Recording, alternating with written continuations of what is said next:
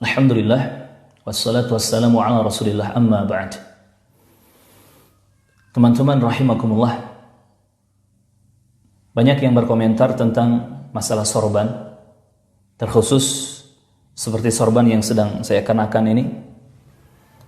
Mereka berkomentar, Ustadz, itu cara pakai sorbannya salah. Ustadz, itu kalau dipakai sholat, nanti sholatnya nggak sah.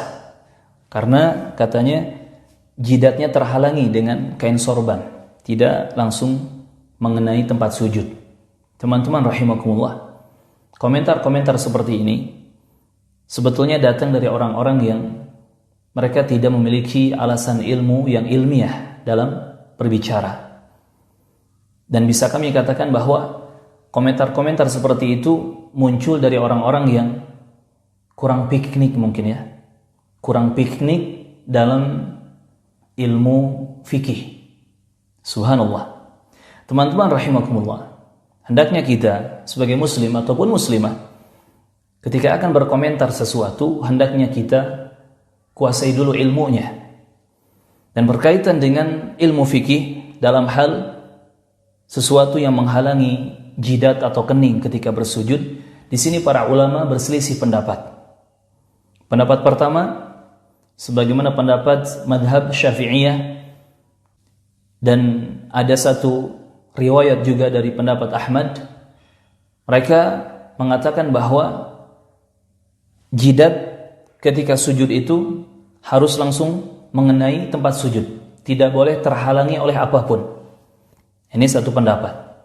Pendapat yang kedua, dan ini merupakan pendapat jumhur mayoritas ulama, mereka berpendapat sah sholat seseorang walaupun jidat atau keningnya terhalangi oleh sesuatu ketika bersujud.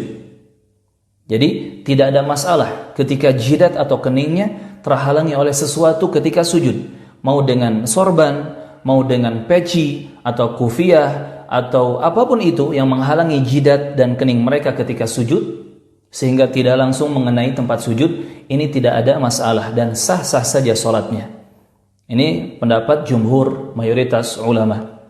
Seperti pendapat ulama madhab Hanafiyah, ulama madhab Malikiyah, ulama madhab Hanabilah. Ya, dan ini menjadi pendapat para ulama di zaman dulu. Ulama-ulama besar ya di zamannya. Seperti Al-Imam Atha, Al-Imam Tawus, Al-Imam Asy-Sya'bi, Al-Imam An-Nakhai, ya, Al-Imam Al-Auza'i, dan banyak ulama-ulama yang tersohor rahimahumullahu ta'ala. Dan mereka mengatakan bahwa ketika jidat atau kening terhalangi oleh sesuatu ketika sujud, itu tidak mempengaruhi keabsahan sholat. Mereka memiliki dalil. Di antaranya adalah hadis yang diriwayatkan oleh Al-Bukhari dan Muslim yang datang dari sahabat Anas bin Malik Abu Hamzah Al-Ansari radhiyallahu anhu, di mana Anas bin Malik Abu Hamzah menyebutkan, kunna nusalli ma'an nabi fi shiddatil har. Dulu kami mengerjakan salat bersama Rasulullah sallallahu alaihi wasallam di keadaan yang sangat-sangat panas. Fa idza lam yastati' ahaduna an yumakkin jabhatahu minal ardi basata thawbahu fasajada alaihi. Kemudian kata Anas bin Malik radhiyallahu anhu, dan jika seseorang dari kita tidak mampu, tidak bisa menempatkan keningnya atau jidatnya di atas tempat sujud karena suasananya sangat panas ya, keadaannya sangat panas, maka seseorang itu dia membentangkan atau menggelarkan kainnya atau ujung pakaiannya, yang kemudian dia sujud di atas kain atau ujung pakaian tersebut. Dan disebutkan dalam riwayat yang lain, disebutkan dalam riwayat Imam Ahmad, hadis dari Abdullah bin Abbas radhiyallahu anhuma. Lebih jelas di sini disebutkan bahwa Rasulullah sallallahu alaihi wasallam beliau pernah mengerjakan salat dan ketika sujud jidat beliau, kening beliau itu dihalangi dengan ujung pakaian atau kain untuk menghindari rasa panas yang sangat atau rasa dingin yang sangat. Subhanallah. Jadi teman-teman rahimakumullah, kalau ada yang menyalahkan, wah antum gak sah tuh sholatnya, kenapa? Karena jidatnya, keningnya terhalangi oleh sorban, oleh peci, atau oleh apapun itu ketika sujud. Berarti Anda harus lebih dulu menyalahkan Rasulullah dan para sahabat radhiyallahu anhum. Namun sebenarnya yang salah itu bukan Rasulullah, bukan para sahabat Nabi, tetapi yang salah itu Anda yang kurang piknik dalam ilmu fikih. Barakallahu fikum. Jadi Rasulullah dan para sahabat jauh-jauh berabad-abad yang lalu sudah pernah melakukan salat dalam keadaan ketika bersujud jidat atau keningnya terhalangi oleh sesuatu, lebih tepatnya oleh kain, terhalangi oleh kain, dan itu tidak mempengaruhi keabsahan salat seseorang.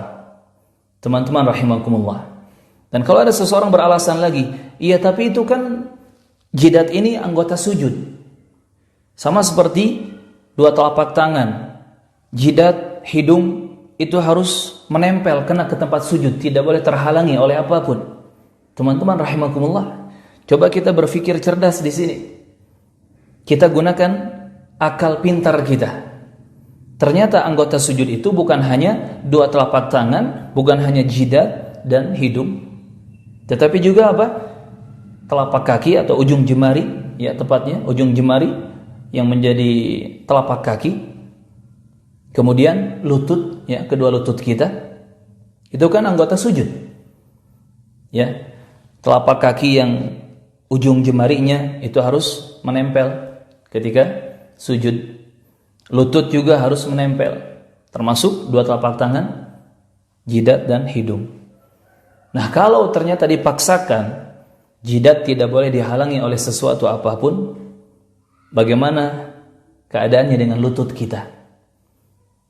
Masa iya setiap celana kita, sarung kita, jubah kita, bagian dua lututnya harus dibolongi agar tidak terhalangi ke tempat sujud? Maka di sini teman-teman rahimakumullah, coba kembali kepada dalil yang jelas. Rasulullah dan para sahabat salat dalam keadaan jidat dan kening mereka terhalangi dengan sesuatu, itu tidak mempengaruhi keabsahan salat mereka. Dan kata Nabi Muhammad, khairul hadi hadi Muhammadin. Sebaik-baik petunjuk, sebaik-baik ajaran adalah ajaran dan petunjuk Nabi Muhammad sallallahu alaihi wasallam. Di sini kita tidak perlu memaksakan, tapi kata madhab saya, tapi kata ustadz saya, tapi kata ulama saya, tapi kata dewan fatwa saya, tapi tidak perlu kita memaksakan pendapat seseorang selain daripada pendapat Rasulullah dan para sahabatnya radhiyallahu taala anhum. Semoga Allah mudahkan kita untuk lebih bisa memahami dan mendalami ilmu agama Islam, sehingga kita bisa beramal saleh dengan penuh keikhlasan dan sesuai tata caranya dengan ajaran Nabi Muhammad dan para sahabatnya radhiyallahu taala anhum.